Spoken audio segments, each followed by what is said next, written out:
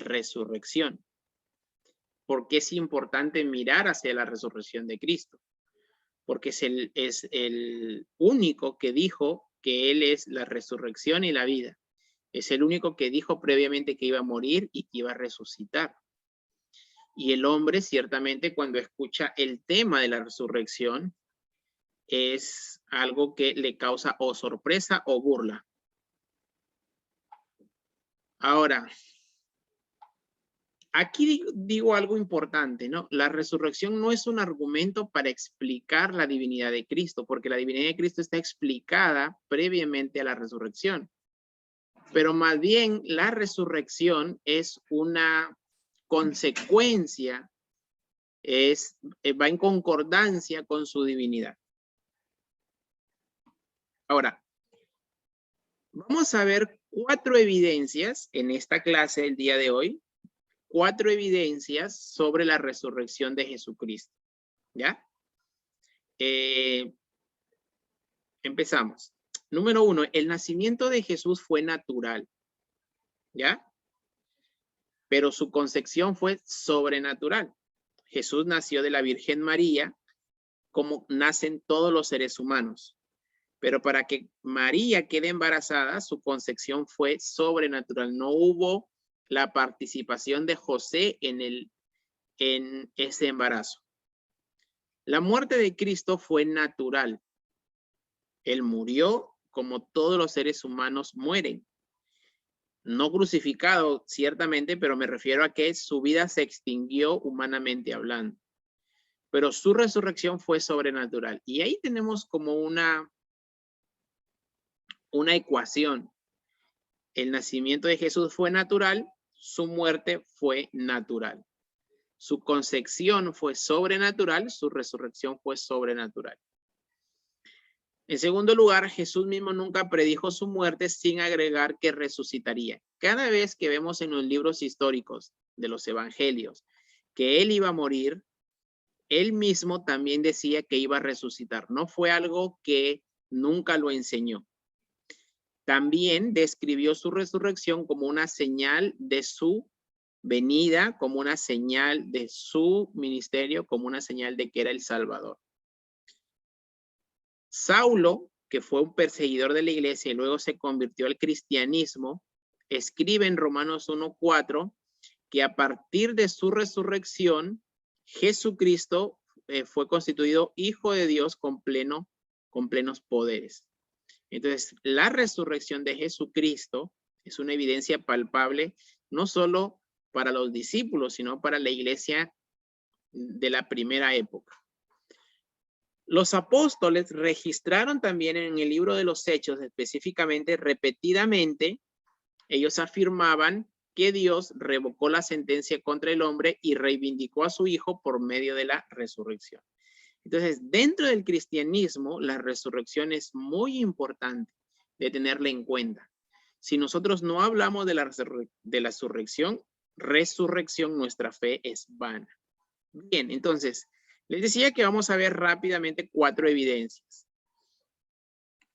La primera, ahora, los evangelios relatan, todos los evangelios, Mateo, Marcos, Lucas, Juan, relatan la muerte y relatan la resurrección de Jesucristo. ¿Ya? La muerte y la resurrección de Jesucristo. Ahora, cuando Jesucristo muere, por ejemplo, en el capítulo 28, voy a leer ese relato, Mateo 28.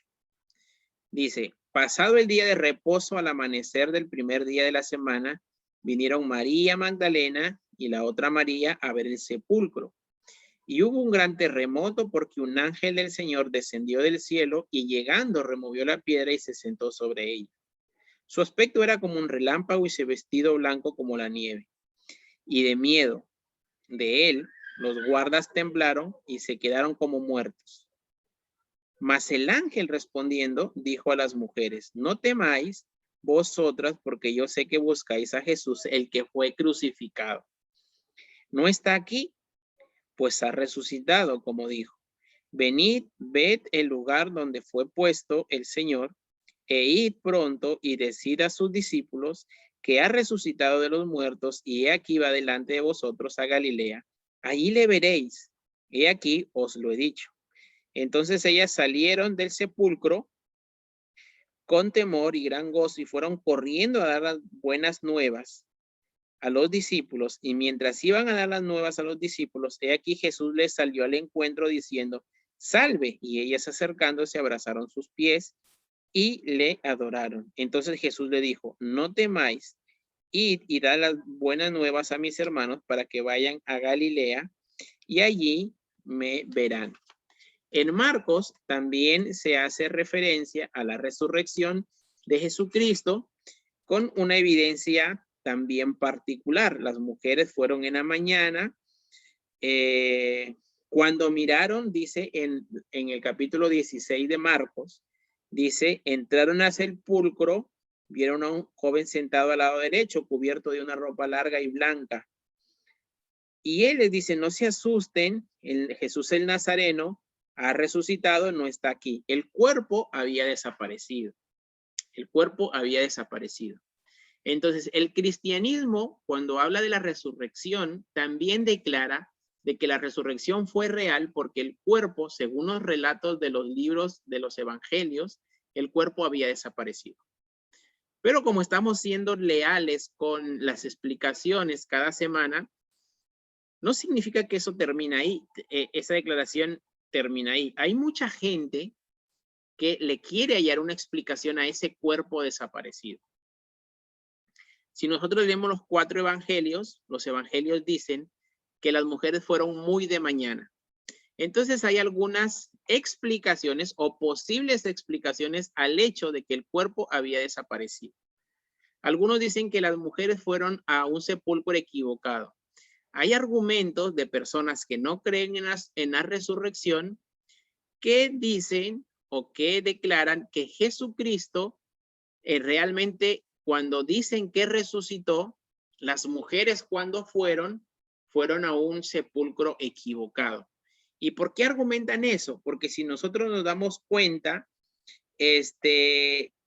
leyendo cada uno de los 4 evangelios, llegan a un argumento, dice, que ellas fueron muy temprano, muy de mañana, muy de mañana. Entonces, algunos argumentos es que ellas fueron casi a oscuras y fueron a una tumba que no era la de Jesucristo. Ese argumento, aunque es un argumento que trata de negar la resurrección de Cristo, es un argumento que los mismos libros históricos lo dejan de lado porque a pesar de que ellas han ido muy temprano a ver a Jesús, por ejemplo, el libro de Marcos dice, ellos fueron muy de mañana, el primer día de la semana, vinieron a sepulcro, ya ha salido el sol. No significa que fueron a oscuras a ver. Tampoco es muy correcto ese argumento porque las mujeres conocían bien dónde Jesús se había puesto, en qué tumba se había puesto, cómo se había puesto. Sabían que también habían unos guardas, unos hombres cuidando la tumba para que no se lleven el cuerpo de Jesús. Entonces ese argumento como que no encuentra un asidero correcto en cuanto a esa explicación. Bueno, también hay un argumento en contra y este argumento es un poco más popular dentro de aquellos que niegan la resurrección de Cristo y niegan por ende el cristianismo. Y es la teoría del desmayo. Y la teoría del desmayo argumenta que Jesucristo no murió realmente en la cruz, se desmayó, entró en una especie de desmayo prolongado, fue metido a la tumba de manera desmayada. Cuando Jesús terminó ese periodo de desmayo por el cansancio y por los golpes que había recibido, se levantó, abrió la tumba, fue hacia los discípulos y se presentó hacia ellos. O sea, en este argumento, algunos dicen Cristo no murió, pero se desmayó. Y al decir que se ha desmayado, están negando la obra de Cristo. El cristianismo descansa en 2 cosas importantes. Primero, porque La teoría del desmayo no tiene asidero. ¿Por qué? Porque es casi improbable que un hombre que ha sido desde las madrugadas o de días anteriores ha sido maltratado, cogido casi de madrugada, golpeado, azotado, coronado, lacerado su cuerpo. Hay evidencias humanas de lo que significaba ese castigo de muerte romano. Era muy cruel, era imposible que él se haya desmayado, y si así fuera el caso, era imposible que haya salido de la tumba todo debilitado, abierto la tumba, salido y presentado hacia María, hacia las mujeres, hacia los discípulos, hacia un grupo de judíos. Un hombre cansado sin haber comido era casi imposible. Entonces también es una teoría, pero no es una teoría válida. Hay una tercera, hay 5 y hasta más teorías. No hay una teoría de que el cuerpo fue robado por ladrones. Algunos dicen no que sus discípulos robaron, porque esa es otra teoría, sino que fue robado por ladrones. Esta teoría de que el cuerpo de Jesús fue robado por ladrones también es muy popular. Poco probable también, poco probable, porque los ladrones en ese momento no tenían por qué robarlo. No sabían, no es correcto decirlo porque no hay un propósito central para robar el cuerpo de Jesús muerto sin sacar ningún provecho. También porque habían personas que estaban cuidando la tumba. El cuarto argumento, que es un argumento que está registrado en Mateo 27, es el que decía que los mismos discípulos robaron el cuerpo de Cristo. ¿Sí? Ese es el cuarto argumento. Se ha dicho que los discípulos robaron el cuerpo, el cadáver. Mateo, el evangelista, dice que ese fue un rumor que los judíos hicieron correr los primeros días de la muerte de Cristo. Se corrió mucho ese rumor en el pueblo de Israel. Mateo describe en su libro cómo Pilato, después de haber dado permiso a José de Arimatea para retirar el cuerpo de Cristo, recibió una delegación de los príncipes, de los sacerdotes y de los fariseos que dijeron lo siguiente. Y voy a citar y voy a leer este argumento que está registrado en las Escrituras. Dice Mateo 27, verso 63. Dice, al día siguiente, que es después de la preparación, se reunieron los principales sacerdotes y los fariseos ante Pilato, diciendo, Señor, nos acordamos que aquel engañador aquel engañador dijo, cuando él estaba vivo, después de 3 días resucitaré. Manda, pues, que se asegure el sepulcro hasta el tercer día, no sea que vengan sus discípulos de noche y lo hurten, y digan al pueblo, resucitó de entre los muertos, y será el postrer error peor que el primero. Entonces van hacia Pilato y le dice, mire, puede que roben a este hombre, a este cuerpo, así que hagamos esto, vamos a guardar el sepulcro. Sería bueno que usted mande a asegurar el sepulcro. Y eso fue lo que pasó, mandaron a asegurar el sepulcro. Entonces, es poco probable también este argumento, pero también es un argumento que se da. Eso lo conocemos nosotros por personas no cristianas que argumentan en contra de la resurrección. Otro argumento que también es un poco tirado a los pelos es que los judíos y los romanos se hicieron cargo del cuerpo de Cristo. Como ellos sabían que Jesucristo iba a resucitar, entre comillas, para ellos, este argumento dice que los judíos y los romanos escondieron el cuerpo. Lo escondieron ¿para qué? Para que los supuestos discípulos no lo roben o para que no pase lo de la resurrección. Esto es poco probable. ¿Por qué? Primero porque si nosotros seguimos la historia del cristianismo, el cristianismo se va a hacer muy popular.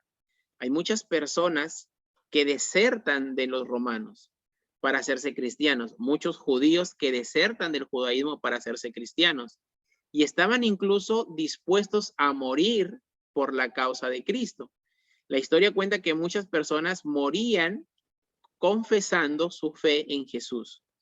Entonces, si el argumento de que los judíos tenían el cuerpo escondido de Jesús, hubiese sido muy fácil que para desacreditar esta religión que estaba creciendo, ellos simplemente podían haber sacado el cuerpo y decir, mira, no resucitó el Cristo por el cual quieres morir. Entonces no es un argumento correcto. Entonces todos estos argumentos, aunque existen, no tienen mucho asidero. Ese es lo primero que nosotros notamos, ¿no? El cuerpo de Jesús ha desaparecido y es un argumento muy correcto para decir que Cristo resucitó, porque después de eso no hay ninguna evidencia del cuerpo de Cristo. No tenemos ninguna evidencia del cuerpo de Cristo. En segundo lugar, la resurrección de Cristo es real. ¿Por qué? Porque los lienzos funerarios están en orden. Y esto necesita una explicación histórica y una explicación de costumbres. Bueno, primero lo que vamos a hacer es leer el texto que aparece en Juan 20 del 1 al 10 y luego vamos a hacer esa explicación. Y esto me llamó mucho la atención cuando yo estuve estudiando, porque a veces no le ponemos mucho énfasis a lo que leemos. Aquí en Juan 20, del 1 al 10, dice lo siguiente cuando Jesús es preparado para ir hacia la tumba. Voy a leer capítulo 20. Dice, en el primer día de la semana, Juan 20, del 1 al 10. María Magdalena fue de mañana, siendo aún oscuro, al sepulcro, y vio quitada la piedra del sepulcro. Entonces ella corrió y fue a Simón Pedro y al otro discípulo, aquel a que amaba a Jesús, y le dijo, se han llevado del sepulcro al Señor y no sabemos dónde le han puesto. Y salieron Pedro y el otro discípulo y fueron al sepulcro. Corrían los dos juntos, pero al otro discípulo corrió más aprisa que Pedro y llegó primero al sepulcro. Y bajándose a mirar, vio los lienzos puestos ahí, las vendas. Entonces llegaron a la tumba, encontraron la tumba removida. La tumba era como una cueva. Era una cueva en sí, así eran las tumbas. Una gran piedra tapaba las tumbas y los lienzos o las vendas con las que envolvían a los muertos estaban, dice el texto, ahí estaban las vendas, dice, estaban los lienzos puestos ahí en la tumba, en la mesa, en el lugar donde estaba el cuerpo, dice que las vendas estaban allí. Verso 7. Y el sudario que había estado sobre la cabeza de Jesús, no puesto con los lienzos, sino enrollado en un lugar aparte. Entonces entró también el otro discípulo que había venido primero al sepulcro y vio y creyó, porque aún no habían entendido la escritura que era necesario que resucitase de los muertos. Varias cosas que notamos aquí. El relato de Juan, la construcción de este relato. Vamos a reconstruir esta resurrección. Retrocediendo la hojita en el capítulo 19 de Mateo, en el capítulo 19, verso 38 dice, cuando Jesús es sepultado. Después de todo esto, José de Arimatea, que era discípulo de Jesús, pero secretamente por miedo de los judíos, rogó a Pilato que le permitiese llevarse el cuerpo de Jesús. José de Arimatea era un hombre muy rico que seguía a Jesús. Y él, por temor a los judíos, dice que no confesó todavía que era seguidor de Jesús. Pidió el cuerpo de Jesús, rogó a Pilato que le permitiese llevarse el cuerpo de Jesús y Pilato se lo concedió. Entonces vino y se llevó el cuerpo de Jesús. También Nicodemo, que era un judío, el que antes había visitado a Jesús de noche, vino trayendo un compuesto de mirra y de aloes con 100 libras, casi 30 kilos de especies aromáticas para ponerlas en el cuerpo de la persona muerta con vendas. Esa era la costumbre en esos tiempos de enterrar a los muertos. Tomaron pues el cuerpo de Jesús y lo envolvieron en lienzos con especies aromáticas, según es costumbre sepultar entre los judíos. Y en el lugar donde había sido crucificado había un huerto, y en el huerto un sepulcro nuevo en el cual aún no había sido puesto ninguno. Verso 42. Allí pues, por causa de la preparación de la Pascua de los judíos y porque aquel sepulcro estaba cerca, pusieron a Jesús. Esa es la reconstrucción de los hechos. Mientras José de Arimatea solicitaba el cuerpo de Jesús, Nicodemo, dice el texto, llegó con 30 kilos de especies aromáticas, ¿no? Unas 100 libras. Una mezcla de mirra, de aloes.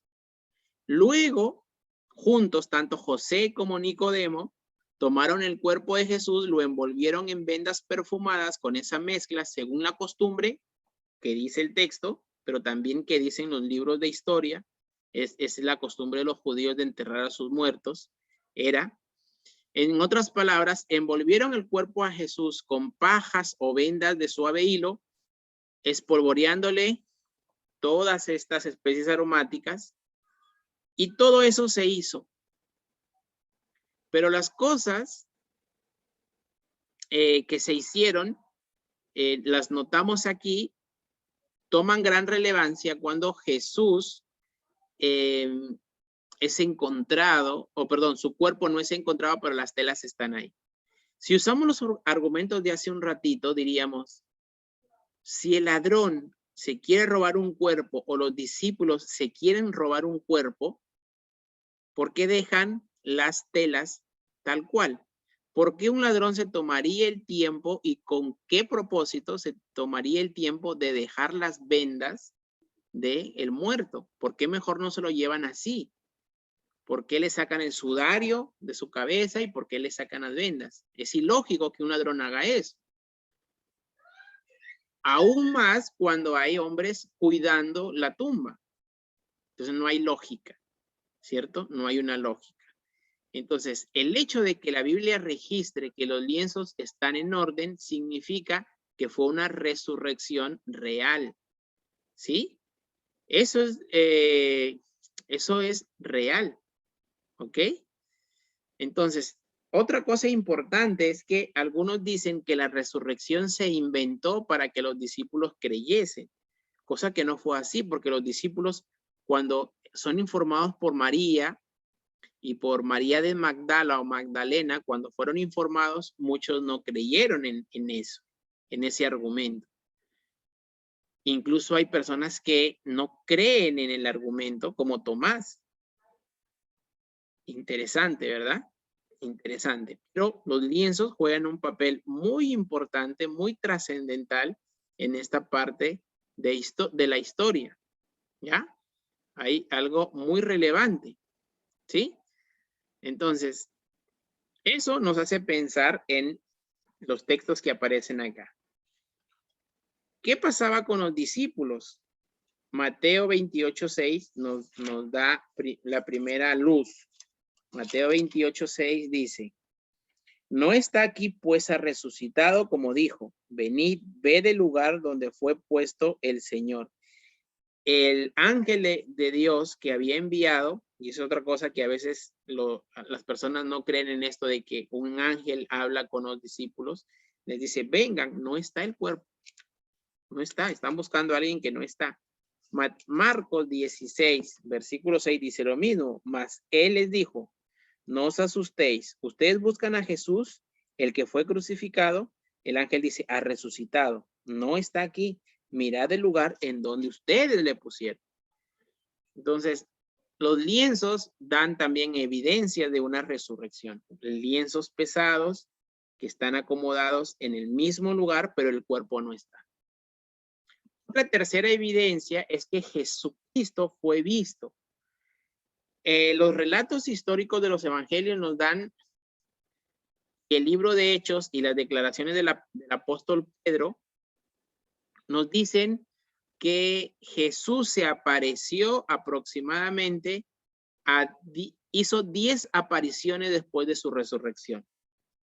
Hubieron 10 apariciones de Jesucristo, ¿ya? Y dentro de esas 10 apariciones, que fueron a diferentes personas, ¿cierto? En circunstancias distintas, en lugares distintos, también involucra estados de ánimo distintos en cada caso, por ejemplo. Por ejemplo, cuando fue visto por individuos a solas, ¿no? Cuando se le presenta a María Magdalena, también se le presenta a Pedro de manera individual y a Santiago de manera individual. Luego se presenta a grupos pequeños, ¿no? Se presenta a los discípulos en general. Y de ahí a 500 personas al final, o sea, a grupos pequeños. Apareció en el jardín mismo de su sepulcro, cerca a su tumba. Apareció cerca a Jerusalén. Apareció en el aposento alto. Apareció en el camino hacia la ciudad de Emaús. Apareció junto al mar de Galilea. Apareció en una montaña en Galilea y apareció en el monte de los Olivos. Entonces, hubo variedad de personas y lugares a los que Jesús se presentó. También lo hubo en lo que respecta a la disposición de ánimo de quienes lo vieron. Cuando María Magdalena encuentra a Jesús, ella se pone a llorar. Está llorando. Las mujeres estaban temerosas. Las mujeres que vieron a Jesús estaban temerosas. Pedro estaba lleno de remordimientos y Tomás estaba lleno de incredulidad. La pareja que caminaba hacia Emaús estaba distraída por los acontecimientos que habían ocurrido esa semana, ¿no? La muerte de Jesús en el pueblo, por todo lo que aparecía. Y los discípulos de Galilea, por la pesca, estaban distraídos. Sin embargo, en medio de todas sus dudas y temores, en medio de las incredulidades y la preocupación, el Señor resucitado se dio a conocer a ellos. Ahora, ¿por qué hago esta mención? ¿Por qué hago esta mención? Porque el Señor fue visto y hay argumentos en contra también al hecho de que el Señor fue visto. Algunos dicen que fueron ilusiones de parte de las personas, o sea que los que relatan esto inventaron esto con la finalidad de que el cristianismo se haga más fuerte. Otros que hacen referencia a que sus discípulos estaban alucinando. Y hay algo que psicológicamente o psíquicamente se puede evaluar. Cuando alguien alucina algo es porque tiene un deseo muy intenso de que eso ocurra o de tener la sensación de algo y tienes el deseo intenso de que ocurra esto. Y segundo, alucinas porque tú crees ciegamente en algo en particular o en una cosa en particular. Cuando nosotros alucinamos con algo, por ejemplo, con comprarnos de repente algo, alucinamos con eso porque tenemos un deseo intenso de que eso me ocurra a mí. Y segundo, porque creo ciegamente que me va a ocurrir. Si mezclo esas dos cosas, yo alucino frente a algo o frente a alguien, ¿cierto? Pero también hay un argumento de que el hecho de que las apariciones de Jesús se dieron fueron algo verídica. Entonces, en tu caso, puedes responder de la siguiente forma. O puedes decir, bueno, quizás fue algo que se inventaron los discípulos, quizás es algo que alucinaron los discípulos, o en realidad es verdad lo que los discípulos dicen. Esos tres argumentos nosotros tenemos que tomarlos en cuenta, ¿ya? ¿Fue algo de ilusión? ¿Fue algo de alucinación? ¿O fue simplemente que es verdad lo que se dice? Y por eso hacía referencia a las apariciones de Jesús.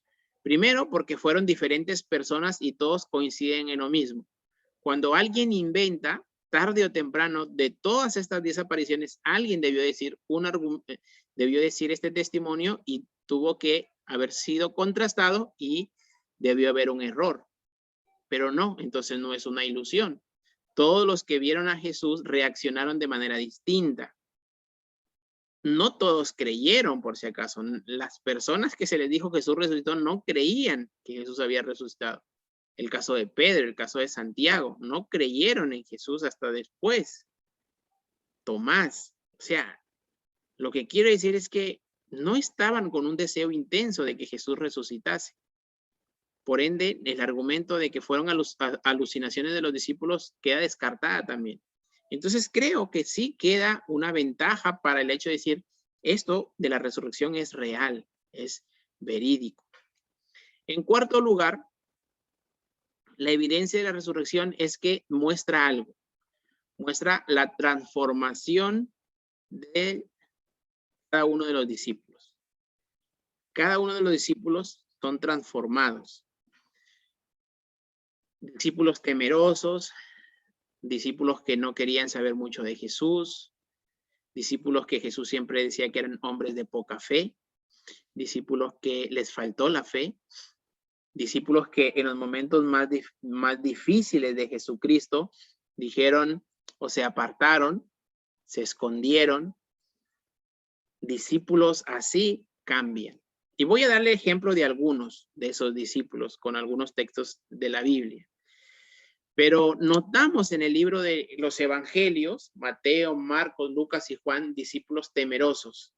Pero notamos en el libro de los Hechos y en las cartas apostólicas y en las cartas para las iglesias a discípulos transformados y discípulos dispuestos a morir por Cristo.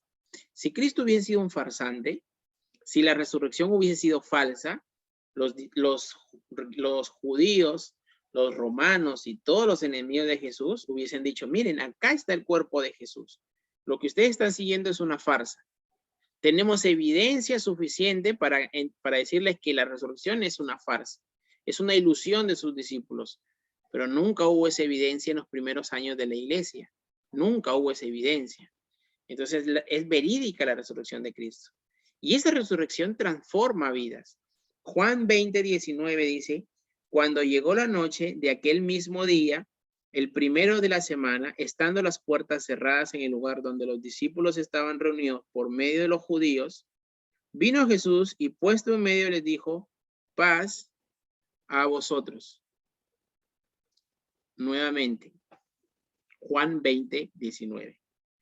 Cuando llegó la noche de aquel mismo día, el primero de la semana, estando las puertas cerradas en el lugar donde los discípulos estaban reunidos por miedo de los judíos, estaban reunidos por miedo, hombres temerosos, reunidos por miedo, vino Jesús, puesto en medio, dijo, paz a vosotros. Cuando Jesús dijo esto, les mostró las manos, les mostró el costado y los discípulos regocijándose, se regocijaron viendo al Señor. Entonces Jesús les dijo otra vez, paz a vosotros, como me envió el Padre, así también yo os envío. Y habiendo dicho esto, sopló y les dijo, recibid el Espíritu Santo. A quienes remitieren los pecados les serán remitidos y a quienes se los retuvieren les serán retenidos. Vemos a discípulos antes de ver a Jesús resucitado, temerosos. Pedro fue un hombre que se alejó de Cristo en sus últimas horas. Un hombre temeroso, un hombre que se escondió por temor a los judíos, un hombre que dijo jamás he andado con él, jamás he caminado con él, jamás lo he conocido, lo negó. Un hombre temeroso. ¿Qué pasó después de eso? Si yo leo el libro de Hechos, ahí nada más, en el capítulo 2, verso 14, Pedro empieza a predicar, se pone en pie, alza la voz, predica, y él hace algo. Él enfrenta a los judíos. Esos judíos que Pedro les tenía temor, se escondía. Pedro tenía miedo que le hagan algo. Aquí él los enfrenta radicalmente. En el capítulo 12 de Hechos, que es un libro histórico también, que refleja cómo se inicia la iglesia, en el capítulo 12, verso del 1 al 6, dice, en aquel mismo tiempo el rey Herodes echó mano a alguno de la iglesia para maltratarles y mató a espada a Jacobo, hermano de Juan, y viendo que esto había agradado a los judíos, procedió a prender también a Pedro. Eran entonces los días de los panes sin levadura. Mataron a Jacobo y cogen preso a Pedro. Y habiéndoles tomado preso, le puso en la cárcel, entregándole a 4 grupos de 4 soldados cada uno, para que le guarden, le custodiasen, y se proponía sacarle al pueblo después de la Pascua. Así que Pedro estaba custodiado en la cárcel, pero la iglesia hacía sin cesar oración a Dios por él. Y cuando Herodes le iba a sacar, aquella misma noche estaba Pedro durmiendo entre 2 soldados. sujeto con 2 cadenas, y los guardas delante de él y custodiaban la cárcel. Pedro enfrentando a los judíos, sin temor. ¿Qué pasó con Pedro para que pueda creer en Jesús y pueda exponer su vida por causa de Jesús? ¿Qué pasó con Jacobo para que sea muerto por los enemigos de Jesús? Estaban en una nueva vida, transformados. ¿Y qué los transformó? El ver a Jesús resucitado. Hay hombres aquí temerosos y hay hombres aquí, los mismos, valientes, enfrentando a quienes mataron a Jesús. ¿Qué hizo este cambio radical? Un Cristo resucitado. No un invento, sino un Cristo que fue y se presentó a ellos y que les da poder. No solo Pedro, Santiago. Santiago, hermano de Jesús, se registra en Juan 7, verso 5, lo siguiente. Dice, voy a leer del verso 4. Porque ninguno que procura darse a conocer hace algo en secreto. Si estas cosas haces, manifiéstate al mundo. Porque ni aún sus hermanos creían en Jesús. Ni aún sus hermanos. Su medio hermano Santiago no creía en Jesús. Interesante. No creía en Cristo. No creía en Cristo. ¿Y qué pasó para que Santiago, que creía en Cristo, en el capítulo 1 de Hechos, en Hechos capítulo 1, este mismo Santiago sea el líder de la iglesia en Jerusalén? ¿Qué pasó para que Santiago empiece a predicar de Jesús? ¿Qué pasó para que Santiago esté dispuesto a morir por Jesús? ¿Qué tuvo que pasar? Bueno, Santiago vio a Cristo resucitado. Cambió su vida.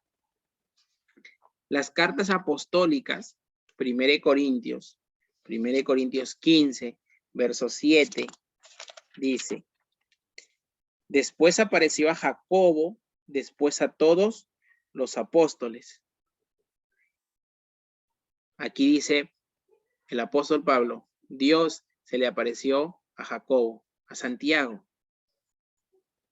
¿Sí? Y cuando Pablo habla de esto, habla porque hace referencia a la fe. En el verso 8, y al último de todos, como a un abortivo, me apareció a mí. Pablo era un perseguidor de la iglesia. Santiago no creía en Jesús. 2 personas transformadas. ¿Y por qué? Pablo relata en la primera carta de los Corintios que la resurrección de Cristo cambió la vida de ellos. Porque se comprobó por su resurrección que lo que Cristo enseñó era real. Tomás, el incrédulo, también cuando ve a Jesús, primero dice, no creeré si no viera tus manos con agujeros. Y Jesús le dice, tócame. Soy yo. Mira mis manos, mira mis pies. Yo mismo soy.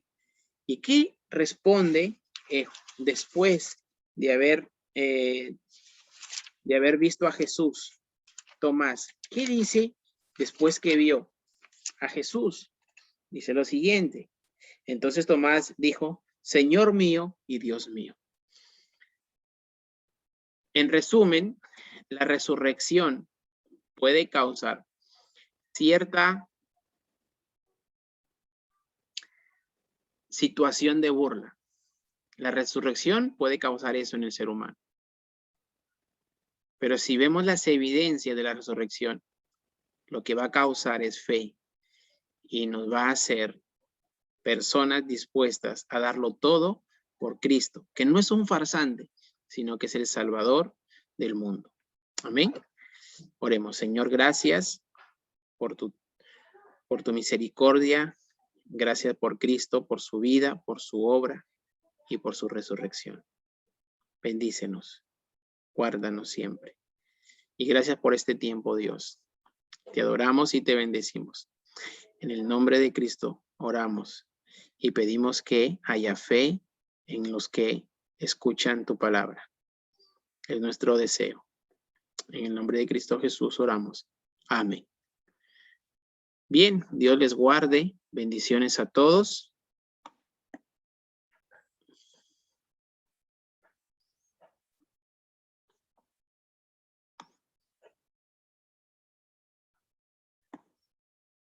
Bendiciones a todos. Dios les guarde.